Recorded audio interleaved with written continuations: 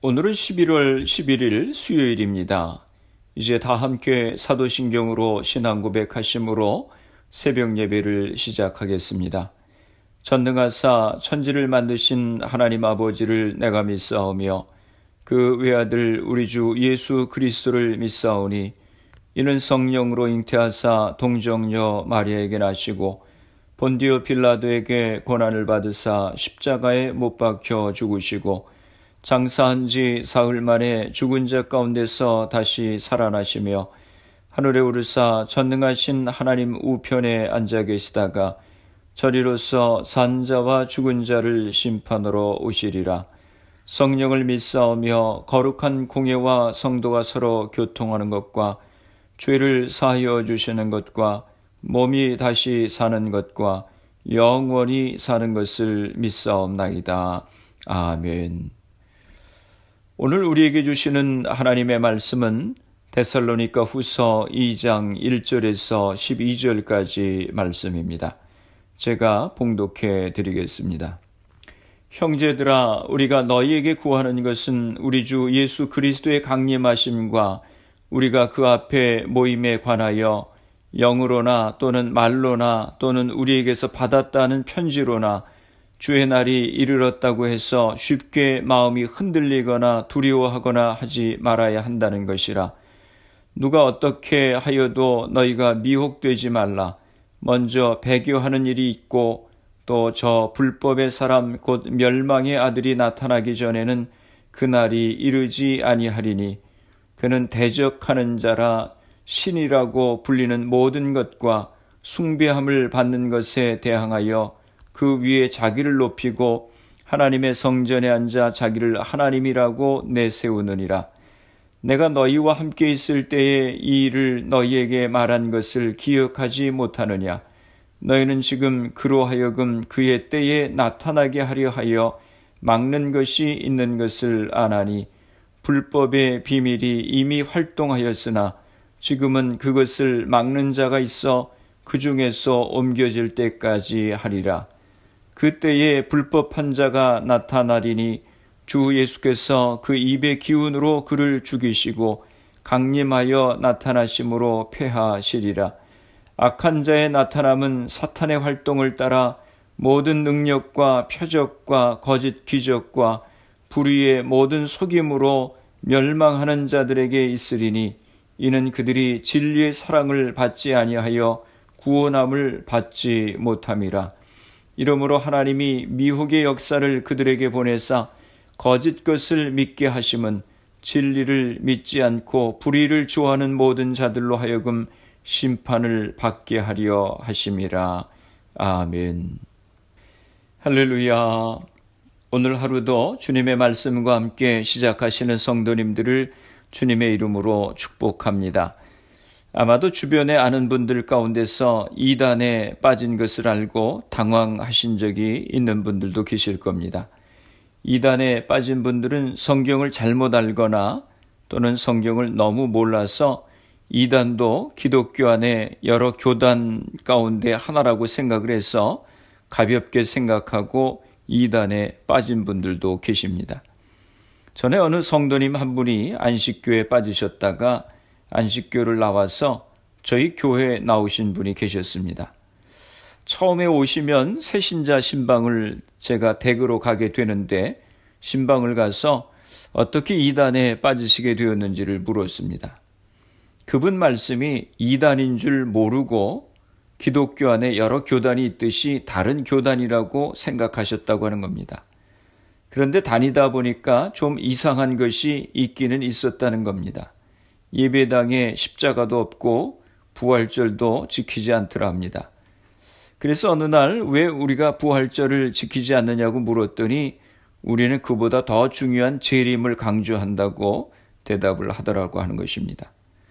성경을 몰라서 또는 성경을 안다고 생각하면서 이단에 빠지는 사람들이 생각보다 많이 있습니다. 요즘 한국에서는 신천지가 교회에 침입해 교회를 어지럽히는 일들이 많아서 한국 교회는 교회 문마다 신천지 아웃이라고 하는 스티커를 붙여놓습니다. 그런데 최근 코로나 상황으로 신천지 정체가 드러나서 많은 사람들이 신천지가 이단인 것을 알고 조심하는 계기가 되었습니다. 저도 뉴스를 보면서 이단에 빠져 있는 사람들이 그렇게 많고 또 얼마나 열심인가 하는 것을 보고 깜짝 놀랐습니다. 오히려 정상적인 성도들보다 훨씬 더 헌신적이고 뜨겁게 믿는 것을 보고 굉장히 놀랐습니다. 어떻게 이런 일들이 일어날 수 있는가 하는 그런 생각을 했습니다. 예수님의 재림에 대한 신앙은 옛날이나 지금이나 중요한 문제입니다. 우리가 분명히 믿는 것은 예수님께서 언젠가 반드시 심판주로서 이 땅에 오신다고 하는 것입니다. 이것은 성경적인 것이고 우리는 이것을 분명히 믿습니다. 그러나 중요한 것은 주의 날이 언제 임하는지 아무도 모른다고 말씀하셨습니다. 예수님도 모르고 오직 하나님 아버지만 아신다고 말씀했습니다. 마태복음 24장 36절에 말씀합니다. 그러나 그날과 그때는 아무도 모르나니 하늘의 천사들도 아들도 모르고 오직 아버지만 아시느니라. 성경에 분명히 마지막 때는 하늘의 천사들도 아들도 모르고 오직 하나님 아버지만 아신다고 했습니다. 그런데 이단들은 임박한 종말론을 말하고 사람들을 현혹하고 또 사람들은 어리석게도 그 현혹에 넘어갑니다. 여러분 1992년도에 있었던 다미 선교회 이장님의 휴거 사건을 기억하시나요? 이장님이라고 하는 사람이 1992년 10월 28일 예수님이 재림하시고 그날 세계는 종말을 맞이하고 성도들은 휴거한다고 했습니다. 그래서 한국에서 난리가 난 적이 있었습니다. 많은 사람들이 거기에 현혹이 되었습니다. 어떤 주부는 중학교 1학년 아들을 데리고 선교 간다고 가출하고 어떤 사람은 부동산을 매각해서 1억을 종말론 교회 바치고 등등 경찰에 신고된 사례만 100여 건이 되었다고 합니다. 허무맹랑한 거짓으로 끝났지만 놀라운 것은 거짓 가르침에 빠져서 놀아난 사람들도 많았다고 하는 것입니다. 오늘 본문의 데살로니가 교회 성도들도 이런 임박한 종말론에 빠져서 올바른 신앙생활을 하지 못했습니다. 예수님이 곧 재림하시니 일할 필요 없다고 또 일도 하지 않고 게으르게 살고 성적으로도 타락한 생활을 했습니다. 그래서 바울이 오늘 본문에 재림에 대한 바른 신앙을 가져야 한다고 말씀하시는 것입니다. 1절 말씀입니다. 형제들아 우리가 너희에게 구하는 것은 우리 주 예수 그리스도의 강림하심과 우리가 그 앞에 모임에 관하여 라고 말씀했습니다. 바울은 예수 그리스도의 강림과 주님 앞에 모이는 것에 대해서 말씀하고 있습니다. 여기 강림하심은 헬라어로 파루시아스라고 하는 단어로 예수님의 재림을 의미하는 것입니다. 또 주님 앞에 모이는 것은 헬라어로 에피시나고게스라고 하는 단어인데 신약 성경에서는 두 가지 경우에만 사용이 되었습니다. 하나는 성도들이 하나님을 예배하기 위해서 모이는 것이고 다른 하나는 예수님이 재림하실 때 성도들이 기쁨으로 주님을 맞이하기 위해서 모이는 것입니다. 그런데 본문은 종말론에 대한 말씀이기에 예수님께서 재림하실 때 성도들의 모임에 대해서 말씀하시는 것입니다. 2절 말씀입니다. 영으로나 또는 말로나 또는 우리에게서 받았다는 편지로나 주의 날이 이르렀다고 해서 쉽게 마음이 흔들리거나 두려워하거나 하지 말아야 한다는 것이라. 성령의 감동을 받았다는 사람, 말씀을 전한다고 하는 사람, 또는 바울에게서 편지를 받았다고 하면서 임박한 재림에 대해서 말을 해도 마음이 흔들리거나 두려워하지 말라라고 말씀합니다. 그 말을 들으면 절대로 안 된다고 하는 것입니다. 여러분, 이런 경우들이 우리의 마음을 흔들 수 있습니다. 성령께서 말씀하셨다고 그래, 또 능력 있는 사람이 말씀하셨대 등등의 말을 들으면 우리의 마음이 좀 흔들리지 않겠습니까? 그래도 재림에 대해서는 천사도 아들도 모른다고 성경은 말씀하셨습니다. 그래서 3절에 말씀합니다. 누가 어떻게 하여도 너희가 미혹되지 말라. 아무에게도 절대로 속아 넘어가서는 안 된다고 하는 것입니다. 사도 바울이 오늘 본문에서 이 말씀을 하고 싶어 하는 것입니다. 재림에 대한 우리의 신앙의 자세는 주님의 오심을 기다리면서 하루하루 최선을 다하며 살아가는 것입니다. 이것이 종말론적인 신앙의 자세입니다. 그러나 이미 주님이 오셨다고 하는 것은 잘못된 것입니다. 주님이 재림하시기 전에 일어날 현상들이 있다고 말씀합니다. 배교하는 일이 일어나고 불법의 사람 곧 적그리스도가 나타난다고 하는 것입니다. 4절에 보면 적그리스도가 어떤 사람인지 설명합니다. 적그리스도는 자기를 높이고 하나님께 대적하며 스스로 하나님이라고 칭한다고 하는 것입니다. 또 5절에 보면 바울은 이런 가르침은 새로운 것이 아니고 자신이 전에 데살로니가 성도들에게 가르친 것이라고 하면서 그것을 기억하라고 했습니다. 또 6절에 보면 이렇게 말씀합니다. 너희는 지금 그로 하여금 그의 때에 나타나게 하려 하여 막는 것이 있는 것을 아나니. 말씀을 이해하기가 어려운 말씀인데 하나님께서 예수님의 재림의 때를 정하신 것처럼 하나님께서 불법의 사람이 일어날 때를 정하셨다고 하는 것입니다. 적그리스도가 출현하게 될 것이라고 하는 것입니다.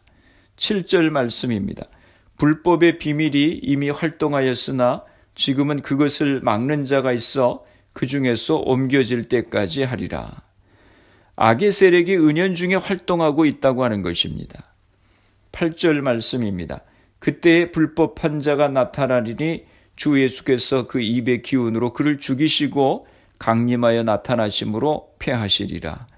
악의 세력이 나타나게 될 것이라고 하는 겁니다. 그러나 예수께서 강림하셔서 그를 멸하실 것이라고 하는 것입니다.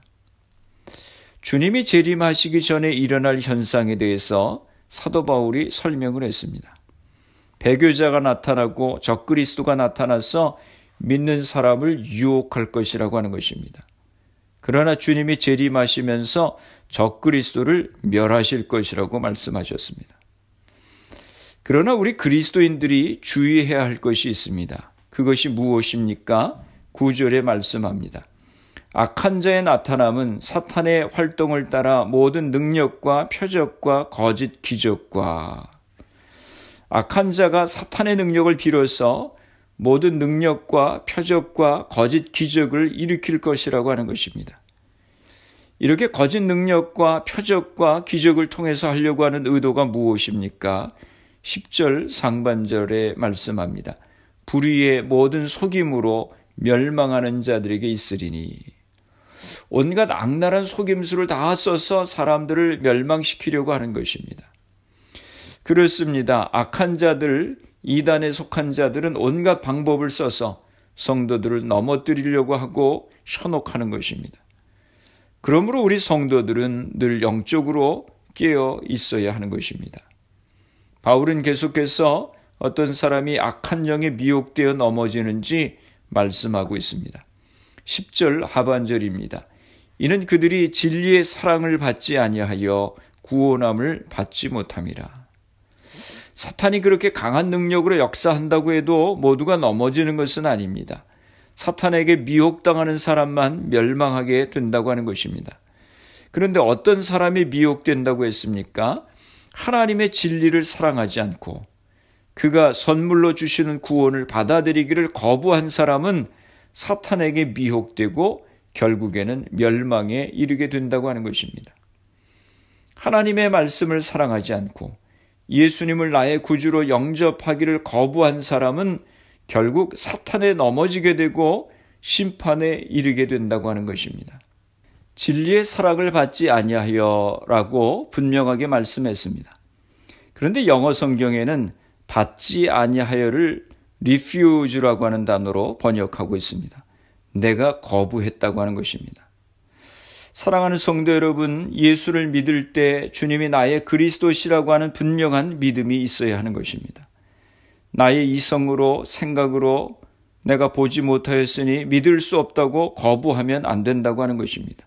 믿어야 되는 것입니다. 11절과 12절에 말씀합니다. 이러므로 하나님이 미혹의 역사를 그들에게 보내사 거짓 것을 믿게 하심은 진리를 믿지 않고 불의를 좋아하는 모든 자들로 하여금 심판을 받게 하려 하심이라. 무슨 말씀입니까? 하나님이 저들을 믿지 못하게 하셔서 심판을 받게 하신다고 하는 의미가 아닙니다. 하나님은 모든 사람이 구원을 얻어 진리의 지식에 이르기를 원하십니다. 그러나 인간은 진리를 기뻐하고 즐거워하기보다는 불의를 사랑하고 거짓을 추구했기 때문에 하나님은 그들에게 필연적으로 임한 불의의 결과를 맛보도록 내버려 두신다고 하는 것입니다.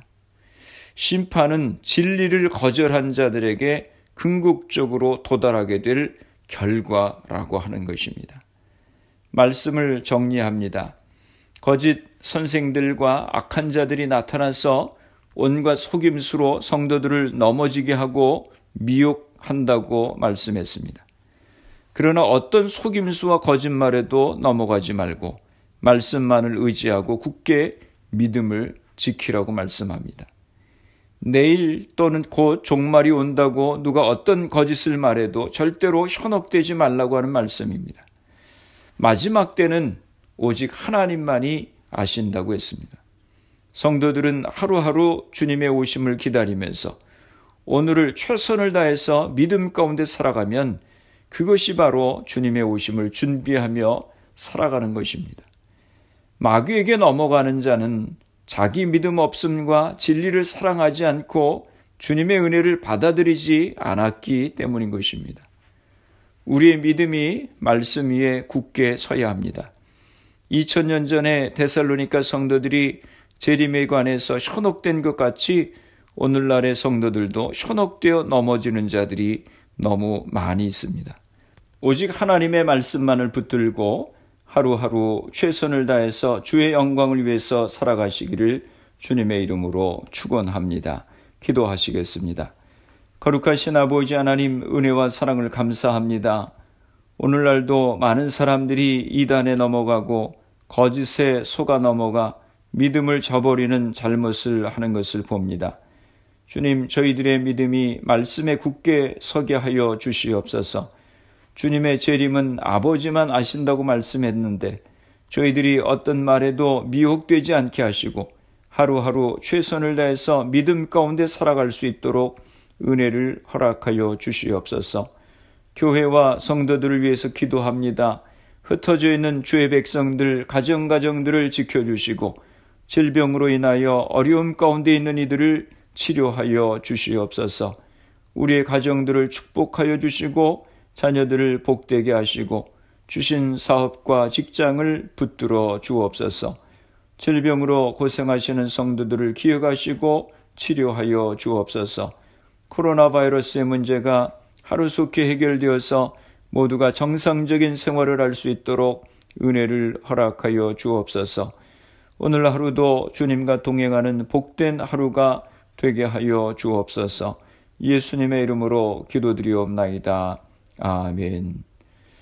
주기도문 하심으로 새벽 기도회를 마치겠습니다. 하늘에 계신 우리 아버지여, 이름이 거룩히 여김을 받으시오며 나라가 임하시오며 뜻이 하늘에서 이루어진 것 같이 땅에서도 이루어지이다. 오늘 우리에게 일용할 양식을 주시옵고 우리가 우리에게 죄 지은 자를 사하여 준 것 같이 우리 죄를 사하여 주시옵고 우리를 시험에 들게 하지 마시옵고 다만 악에서 구하시옵소서. 나라와 권세와 영광이 아버지께 영원히 있사옵나이다. 아멘. 새벽 예배를 마쳤습니다. 오늘 하루도 주님 안에서 승리하시기 바랍니다. 새벽 예배 후 개인적으로 10분 이상씩 기도하시기 바랍니다. 많은 이단들의 속임수에 넘어지지 않게 하시고 말씀에 바로 서는 우리가 될 수 있도록 기도하시고 가정과 자녀들, 사업과 직장을 위해서 기도하시고 질병으로 고생하시는 성도님들의 회복을 위해서 기도해 주시고 교회를 위해서 기도해 주시기 바랍니다. 미국과 대한민국 조국을 위해서 기도해 주시고 그리고 코로나 바이러스를 위해서 애쓰는 의료진들, 봉사자들, 위정자들 위해서 기도해 주시고 코로나 백신 개발을 위해서 기도해 주시기 바랍니다. 코로나 바이러스로 희생된 가정들, 환자들 위해서 기도해 주시기 바랍니다.